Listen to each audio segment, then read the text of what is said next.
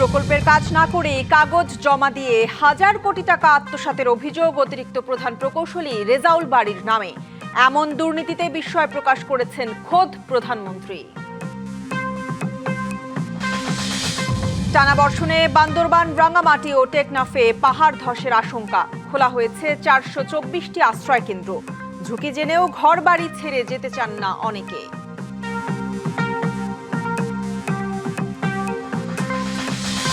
24-এর ছাত্র আন্দোলনের 7ই জুলাই আজ। এদিন কোটা বাতিলের এক দফা ঘোষণা করেন শিক্ষার্থীরা। দেশজুড়ে পালিত হয় বাংলা ব্লকেট।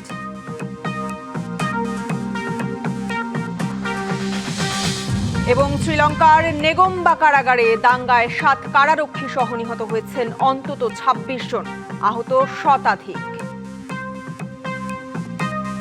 দেখছিলেন মার্কেন্টাইল ব্যাংক সংবাদ শিরোনাম। এবারে জানাবো খবরের বিস্তারিত। আপনাদের সাথে আছি সোনিয়া আফরিন ঈশিতা। তার দুর্নীতি নিয়ে বিস্ময় প্রকাশ করেছেন খোদ প্রধানমন্ত্রী। প্রকল্পের কাজ না করে শুধু কাগজ জমা দিয়ে হাজার কোটি টাকা আত্মসাতের অভিযোগে অনুসন্ধান চালাচ্ছে দুদক। এত কিছুর পরও বিতর্কিত এই কর্মকর্তাকে পদোন্নতি দিয়ে বানানো হয়েছে অতিরিক্ত প্রধান প্রকৌশলী। আওয়ামীপন্থী প্রকৌশল পরিষদ নেতা ABM রেজাউল বারীর এমন পদোন্নতির পর প্রশ্ন, কোন জাদু বলে পদোন্নতি আর পুরস্কার মিলছে তার?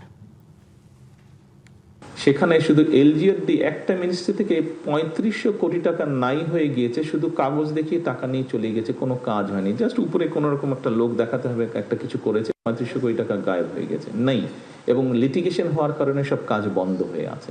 মাত্র 2 মাস আগে প্রধানমন্ত্রীর কার্যালয়ে এই অনুষ্ঠানে পিরোজপুরের বিভিন্ন প্রকল্পে কাজ না করে প্রায় 6000 কোটি টাকা আত্মসাতের বিষয়ে এভাবেই বিস্ময় প্রকাশ করেন প্রধানমন্ত্রী তারেক রহমান।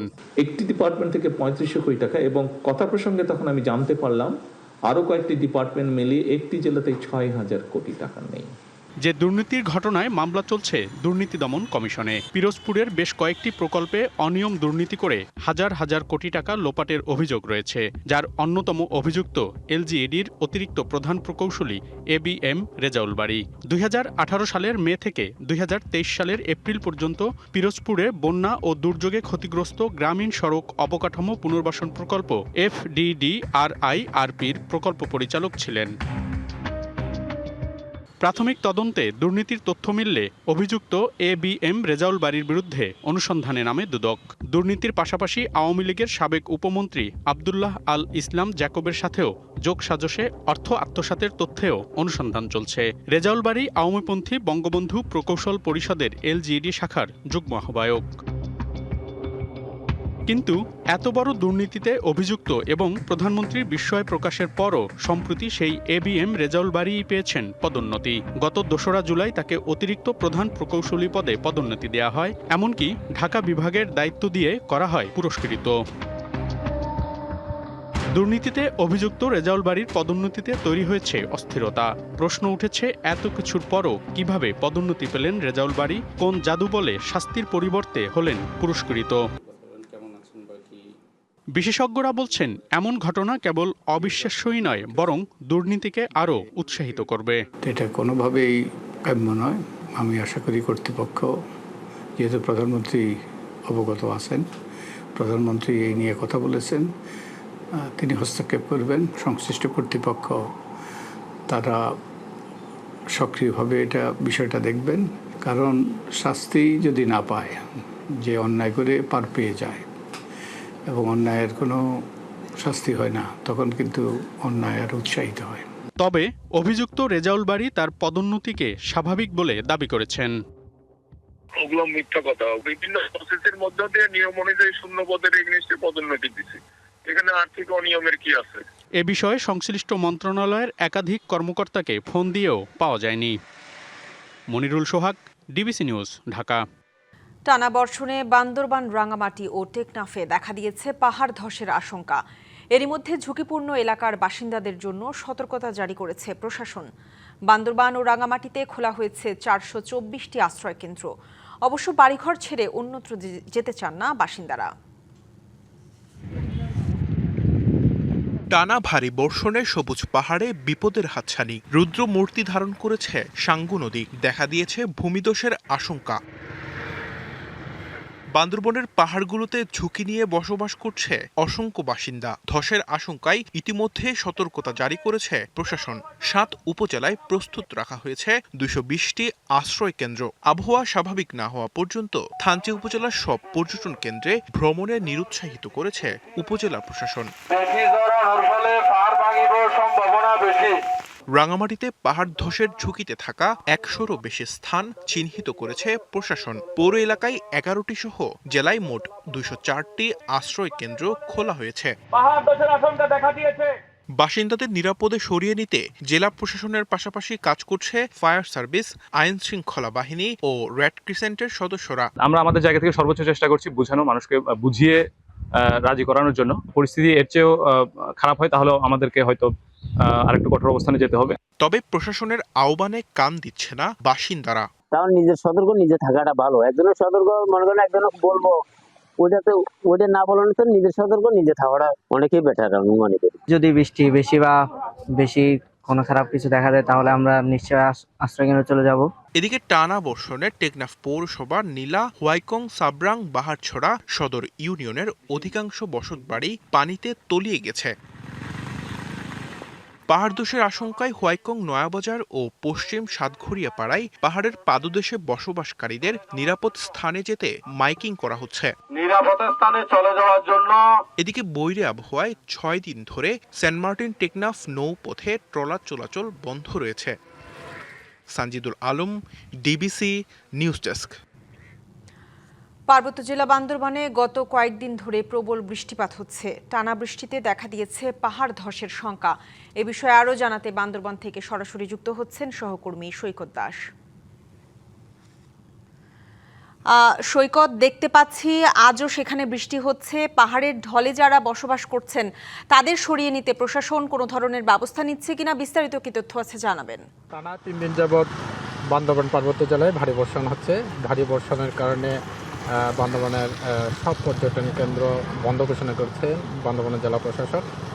এদিকে গতকালে বান্দরবানে প্রায় কয়েক ঘন্টা বিদ্যুৎ বিচ্ছিন্ন ছিল ল্যান্ডস্লাইড হওয়ার কারণে, বিদ্যুতের খুঁটি পড়ে যাওয়ার কারণে, এবং সেখানে সড়ক যোগাযোগও বন্ধ হয়ে গিয়েছিল। বান্দরবান থেকে চট্টগ্রাম এবং ঢাকার যোগাযোগ অনেকটাই বিচ্ছিন্ন ছিল। তবে রাত 12:30 নাগাদ বৈদ্যুতিক খুঁটির পিলার আবার মেরামত করার কারণে আবার সেই সড়ক যোগাযোগ চালু হয় এবং সকাল থেকে নির্বিঘ্নে মানুষ ঢাকা চট্টগ্রাম সারা দেশে আবার চলাচল করতে পারছে। তবে এদিকে আরেকটা বিষয় বলে রাখি,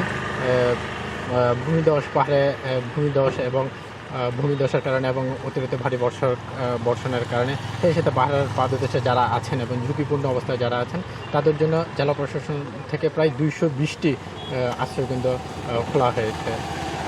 আরেকটা বিষয় আপনাদেরকে জানিয়ে রাখি, গতকাল থেকে মাতামুহুরী বান্দরবানের যে 3টি নদী আছে, মাতামুহুরী নদী, সাঙ্গু নদী এবং বাকখালী নদী, এই তিনটি নদীতে পানি বিপদসীমার উপর দিকে যাচ্ছে এবং কোথাও এবং নিম্নাঞ্চলগুলো প্লাবিত হয়েছে। সেই সাথে এবং উপজেলার সাথে উপজেলা অনেকটা সড়ক যোগাযোগ বিচ্ছিন্ন হয়ে গেছে এবং মূল সড়কে পানি ওঠার কারণে।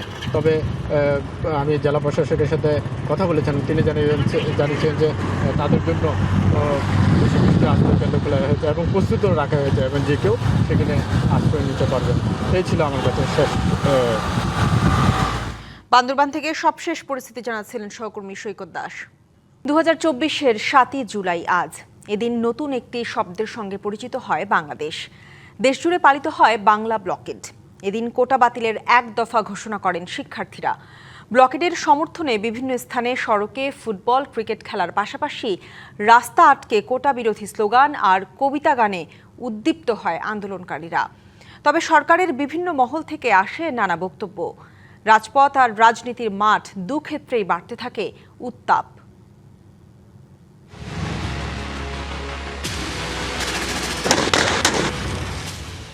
সমাবেশ, গণপদযাত্রা, বিক্ষোভ, অবরোধ আর 10টা আন্দোলনের মতো কোটা আন্দোলনও শুরু হয় এসব কর্মসূচির মধ্য দিয়েই। কিন্তু মেধাবীদের দাবি আদায়ের লড়াইয়ে যুক্ত হয় এক নতুন কর্মসূচি, বাংলা ব্লকেড। বাংলা ব্লকেট কর্মসূচি অব্যাহত রাখবে। 2024 সালের 7 জুলাই বেলা 3টা থেকে দেশব্যাপী শুরু হয় এ কর্মসূচি। বিশ্ববিদ্যালয় এলাকা ছাপিয়ে এদিন রাজধানী ও দেশের বিভিন্ন স্থানের মূল সড়কগুলো অবরোধ করেন শিক্ষার্থীরা। মুহূর্তে স্থবির হয়ে পড়ে গোটা রাজধানী সহ সারা দেশ। আন্দোলনকারী শিক্ষার্থীরা Shahbag, Nilkhet, Chankharpul, science lab, Bangla motor, Kawran বাজার, মিরপুর, আগারগাঁও, পুরান ঢাকা ও বাড্ডা সহ শহরের বিভিন্ন গুরুত্বপূর্ণ মোড়ে অবস্থান নিয়ে বাংলা ব্লকেট কর্মসূচি পালন করেন। কোটা বিরোধী আন্দোলন যে বড় সংগ্রামে রূপ নিচ্ছে তার আঁচ পাওয়া যায় এই দিনই। জুলাই আগস্টের গণঅভ্যুত্থানের বিভিন্ন ধরনের কর্মসূচি গ্রহণ করা হয়েছিল, তার ভিতরে এই বাংলা ব্লকেট কর্মসূচিটাও ছিল অন্যতম, এবং এই প্রত্যেকটা কর্মসূচি আসলে এই আন্দোলনটাকে ধীরে ধীরে ডানা বাঁধতে সহযোগিতা করছে। হয়তো মেয়েরা সামনে গিয়ে আন্দোলন করতে পারে নাই, কিন্তু যখন ওদের ফ্রেন্ডদের, বন্ধু ভাইদের যখন দেখছে আহত বা কোনো সমস্যা হয়েছে, ওরা যথেষ্ট চেষ্টা করেছে তাদেরকে সাহায্য করার যে কোনো কিছু দিয়ে। এদিন 4 দফা থেকে সরে কোটা বাতিলের 1 দফা ঘোষণা করেন শিক্ষার্থীরা। জুলাই যোদ্ধারা জানান, সাধারণ মানুষকে এই আন্দোলনের সঙ্গে যুক্ত করতে কর্মসূচির চিরাচরিত নাম থেকে বের হয়ে আসেন তারা। এই আন্দোলনের গতিপথকে নির্ণয় করার জন্য আমরা নানা ধরনের কর্মসূচির কথা আমরা তখন ভেবেছিলাম। বাংলা ব্লকেট, তারপরে কমপ্লিট শাটডাউন, এরপরের সময়টাতে আমি জেলখানায় যখন গিয়েছিলাম, তারপরে লং মার্চ টু ঢাকা, 1 দফার যে ঘোষণা, নানা ধরনের ঘোষণাই কিন্তু শিক্ষার্থীরা তখন তাদের জায়গা থেকে তারা এই ঘোষণাগুলো দিয়েছিলেন। এদিকে ওই দিনই শিক্ষার্থীদের এই আন্দোলনকে অযৌক্তিক উল্লেখ করে বক্তব্য দেন তৎকালীন প্রধানমন্ত্রী শেখ হাসিনা। আজকে আন্দোলনের নামে যেটা আবার করা হচ্ছে, পড়াশোনার সময় নষ্ট করা, এটারও কোনো যৌক্তিকতা আছে বলে আমি মনে করি না। কর্মসূচি চলাকালে সন্ধ্যার দিকে সরকারের পক্ষ থেকে আলোচনার জন্য কোটা আন্দোলনের 3 সমন্বয়ক নাহিদ ইসলাম, হাসনাত আব্দুল্লাহ ও সার্জিস আলমকে শাহবাগ থানায় ডেকে নেওয়া হয়। যদিও কোটা সংস্কার ছাড়া মাঠ ছাড়বেন না বলে সাফ জানান তারা। এরপর সারা দেশে অনির্দিষ্টকালের জন্য কলেজ, বিশ্ববিদ্যালয়ে ক্লাস পরীক্ষা বর্জনের পাশাপাশি পরদিন বেলা 3:30 থেকে আবারও অবরোধ কর্মসূচির ঘোষণা করেন শিক্ষার্থীরা। সারা বাংলাদেশে আরো বিভিন্ন পয়েন্টে আগামীকালও ব্লকেট চলবে। আঞ্জাম খালেক, ডিবিসি নিউজ, ঢাকা। সাভারে দলের পদযাত্রায় বোমা হামলার ঘটনায় জড়িতদের 48 ঘণ্টার মধ্যে বিচারের আওতায় আনার দাবি জানিয়েছেন জাতীয় নাগরিক পার্টি এনসিপি। হামলার প্রতিবাদে বিক্ষোভ মিছিল শেষে সংক্ষিপ্ত সমাবেশ থেকে বলা হয়, জুলাইয়ের নেতৃত্বকে নিরাপত্তা দিতে না পারা সরকারের বড় ব্যর্থতা। সাভারে হামলার সঙ্গে জড়িতদের বিচার নিশ্চিতের পাশাপাশি সেখানে দায়িত্বে থাকা আইনশৃঙ্খলা বাহিনীর সদস্যদের প্রত্যাহারের দাবি করা হয়। এর আগে সাভারে পদযাত্রায় হামলার প্রতিবাদে রাতে রাজধানীতে মশাল মিছিলের আয়োজন করে এনসিপি। মিছিলটি বাংলা মোটর থেকে শুরু হয়ে শাহবাগ চত্বরে গিয়ে শেষ হয়। হবিগঞ্জে উদ্বেগজনক হারে বাড়ছে হামের রোগী। চলতি বছরের মাত্র 6 মাসেই জেলার বিভিন্ন হাসপাতালে হামের উপসর্গ নিয়ে চিকিৎসা নিয়েছেন সহস্রাধিক মানুষ। একই সময়ে 8 শিশুর মৃত্যুর ঘটনায় জনমনে উদ্বেগ বাড়ছে। উপসর্গ দেখা দিলেই দ্রুত চিকিৎসকের পরামর্শ নেওয়ার তাগিদ স্বাস্থ্য বিভাগের। হবিগঞ্জে আশঙ্কাজনক হারে হামে আক্রান্ত হচ্ছে শিশুরা, পাশাপাশি বিভিন্ন বয়সীরাও আক্রান্ত হচ্ছেন এই ছোঁয়াচে রোগে। জেলা সিভিল সার্জন কার্যালয়ের তথ্য বলছে, চলতি বছরের জানুয়ারি থেকে 5 মে পর্যন্ত হাম উপসর্গ নিয়ে জেলায় চিকিৎসা নেন 279 জন। হাম শনাক্ত হয়েছে 2 জনের, আর মারা গেছে 1 জন। মে মাস থেকে বাড়তে থাকে সংক্রমণ। 2 মাসেই হাম শনাক্ত হয়েছে 35 জনের। উপসর্গ নিয়ে চিকিৎসা নিয়েছেন 900-র বেশি মানুষ। একই সময় 7 শিশুর মৃত্যুতে উদ্বেগ বেড়েছে অভিভাবক ও সাধারণ মানুষের। মুখের মধ্যে বিচি বিচি বাইরে গেছে, বাইরে পরে লই আইছি কালকে, আইনা ভর্তি হচ্ছি, চিকিৎসা চলতেছে। একজনের পক্ষ থেকে আরেকজনের ছড়ায়, বালা একজন রুগী নিয়ে আয় 19টা রুগী হয়ে যায়, সিট নাই, পর্যাপ্ত পরিমাণ জায়গা নাই। আমার এই পরিবারের ভিতরে 4 জন হয়ে গেছে। পরিবেশের কারণে বাচ্চাদের আমার মনে সম্ভব একটু রোগটা বেশি হইতেছে, পরিবেশটা বেশি সুবিধা।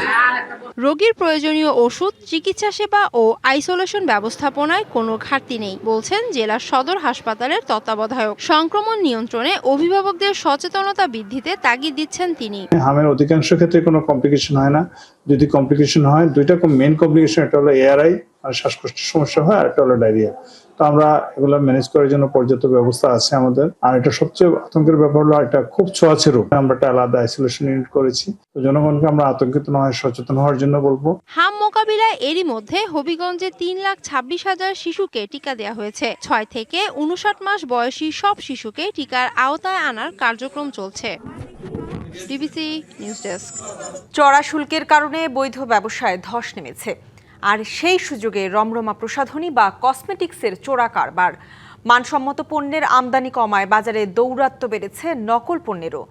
ভোক্তা সংগঠন ক্যাব বলছে, দেশের বাজারের 70% কসমেটিক্সই নকল।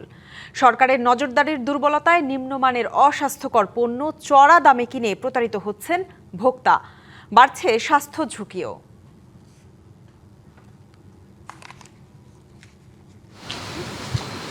নিজেকে একটু পরিপাটি রাখতে কে না ভালোবাসেন, কিন্তু প্রসাধনী দিয়ে লাবণ্য বাড়িয়ে প্রিয়জনের মন জয় করবেন, সেই উপায় কোথায়? সৌন্দর্য চর্চার উপকরণে বাজারে জ্বলছে দামের আগুন। ডলার সংকটের মুখে গেল 3 বছর আগে বিলাসী পণ্য হিসেবে কসমেটিক্সের আমদানি নিরুৎসাহিত করতে কর ও মার্জিন ঋণ বসায় সরকার। ভালো পণ্য অবৈধ পণ্যতে বাংলাদেশে ঢুকে তার পরিমাণ হচ্ছে 20,000 কোটি টাকা। নকল যেটা করে সেটার পরিমাণ ধরেন 5,000 কোটি টাকা। আমি জানি না কার দৃষ্টির বাইর থেকে এই পণ্যগুলি এই অবাধে এই ব্যবসাটা চালু রয়েছে। বিএসটিকে বলেছি যে পণ্য যেখান দিয়ে ঢুকুক, আপনার বিএসটি করা না থাকলে আপনি বলবেন যে এটা অবৈধ। 2023-24 অর্থ বছরে দেশে কসমেটিক্সের ব্যবসা হয় 20,000 কোটি টাকার। চড়া শুল্কের কারণে এর আমদানি ধারাবাহিকভাবে কমছে, আর সেই সুযোগে দৌরাত্ম্য বেড়েছে অবৈধ পথে আনা পণ্যের। এমনকি চড়া শুল্কে বৈধ পণ্যের দাম বেড়ে যাওয়ায় রাজধানীর নামি দামি শপিং মল থেকে শুরু করে অখ্যাত দোকানও দখলে নিয়েছে নকল পণ্য। কিছু কিছু আপনার অসাধু ব্যবসায়ী যারা আছে তারা আপনার বাংলাদেশে আপনার নিজেরাই তৈরি করতেছে কেমিক্যালের মাধ্যমে, যেটা আমরা কাস্টমারকে যদি দিয়ে থাকি সেক্ষেত্রে কাস্টমারের উপর প্রবলেম হয়, আমাদের জন্য প্রবলেম হয়। এই ধরনের প্রোডাক্টসের উপরে প্রচণ্ড পরিমাণে ট্যাক্স ধার্য করা হয়, যেটার কারণে আমরা যারা সাধারণ ভোক্তা আছি তারা খুবই সাফার করি। অনেকে বলে যে কম্পিউটারে বারকোড আছে, বারকোড দেখে স্ক্যান করলে এসে যায়, কিন্তু স্ক্যানটাও নকল, প্যাকেটটাও নকল করে হুবহু। ভোক্তাদের সংগঠন ক্যাব বলছে, বাজারে প্রচলিত 45% পণ্যেরই বিএসটিআই অনুমোদন নেই, আর 75% পণ্যে থাকে না প্রস্তুতকারকের তথ্য। 70% কসমেটিক্সই নিম্নমানের বা নকল।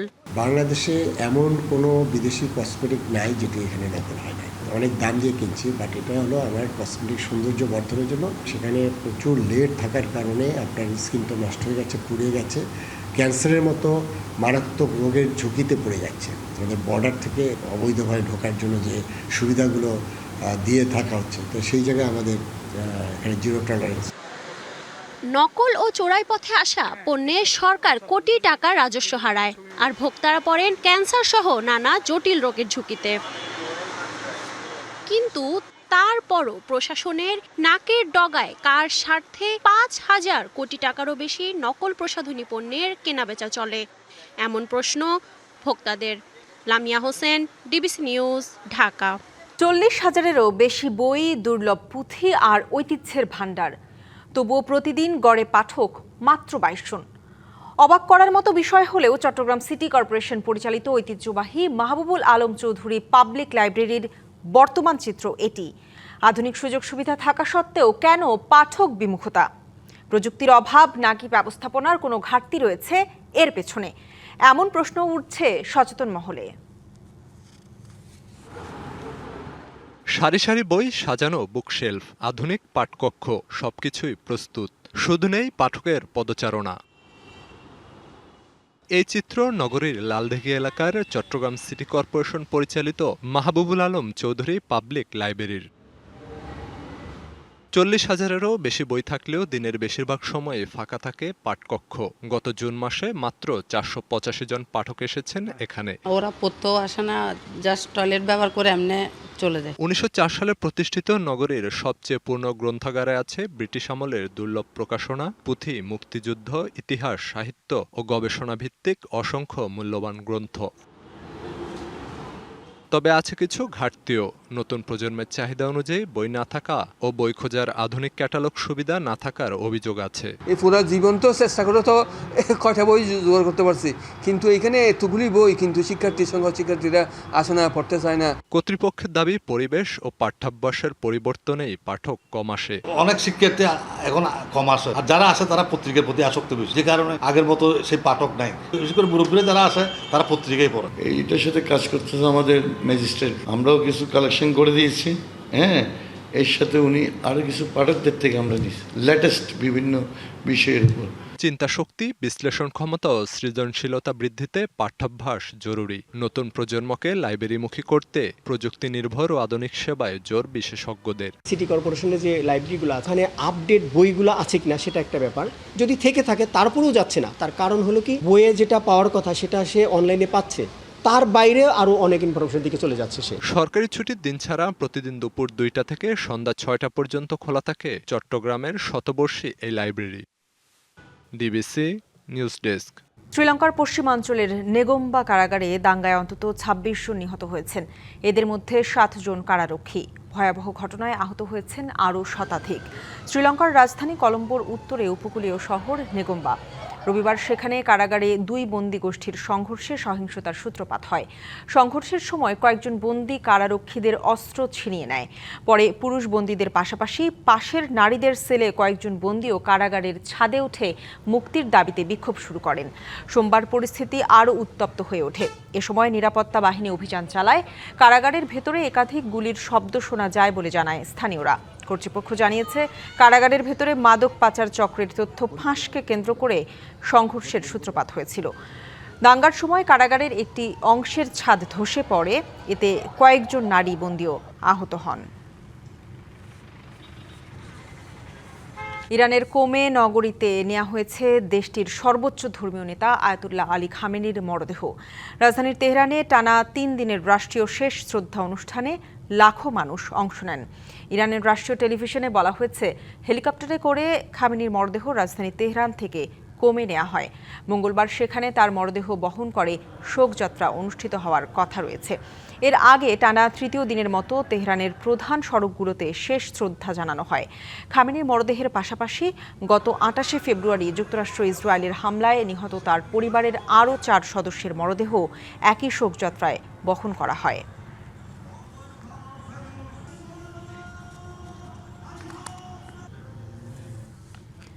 ডিবিসি সংবাদ এই ছিল এখনকার মতো। ডিবিসি নিউজের সংবাদগুলো পড়তে ভিজিট করুন dbcnews.tv আর ভিজিট করুন ডিবিসির ফেসবুক পেজ এবং ইউটিউব চ্যানেল। ডিবিসির সঙ্গেই থাকুন।